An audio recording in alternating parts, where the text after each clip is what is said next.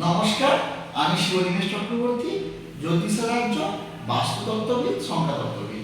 এই দুর্গাপুজোর মরশুমে কোন কোন রাশি যদি কোনো শুভ কাজ আরম্ভ করে, সেই শুভ কাজে কোন কোন রাশি শুভ কাজটা আরম্ভ করলে বা মানে এই বছর নয়, পুরো বিগত 50 বছর এই সময় যদি এই কয়েকটা রাশি বলবো, সেই সব রাশি যদি কাজ আরম্ভ করে, গ্রহ নক্ষত্র যদি সন্নিবেশ ঠিক থাকে, কিন্তু তাদের ব্যবসা বাণিজ্য বা যারা অভিনয়, যারা পেশাদার মানে শিক্ষাদানের ক্ষেত্রে বা কোনো অভিনয়ের ক্ষেত্রে, গান বাজনার ক্ষেত্রে এগুলা কিন্তু ভালো ফল দিবে।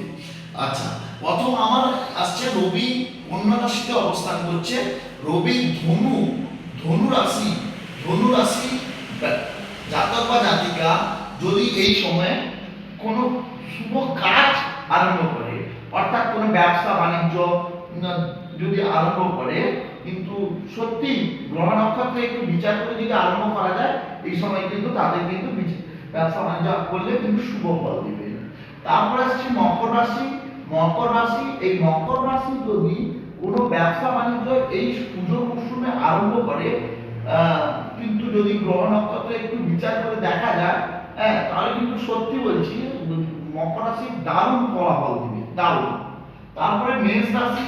এই মেষ রাশি গ্রহ নক্ষত্রের সন্নিবেশ যদি ঠিকঠাক থাকে, মেষ রাশি যদি গ্রহ নক্ষত্রের সন্নিবেশ ঠিকঠাক থাকে, মেষ রাশি লোকেরা যদি এই পুজোর মরশুমে কোনো শুভ কাজ আরম্ভ করে, কোনো শুভ কাজ শুরু করে, অর্থাৎ ব্যবসা বাণিজ্য, অর্থাৎ ক্যারিয়ারের দিক থেকে মেষ রাশি শুরু করলে খুব ভালো। তারপর আসছে বৃষ রাশি। সত্যি অত্যন্ত খুব ভালো, দারুণ দারুণ ফল দেবে কিন্তু এই বৃষ রাশি।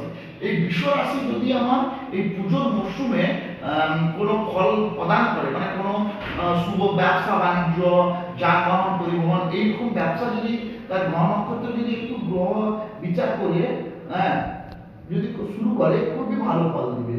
মিথুন রাশি। সত্যি মিথুন রাশি এবারে পুজোর মরশুমে যদি কোনো ব্যবসা বাণিজ্য আরম্ভ করে, দারুণ ফল দিবে। নমস্কার।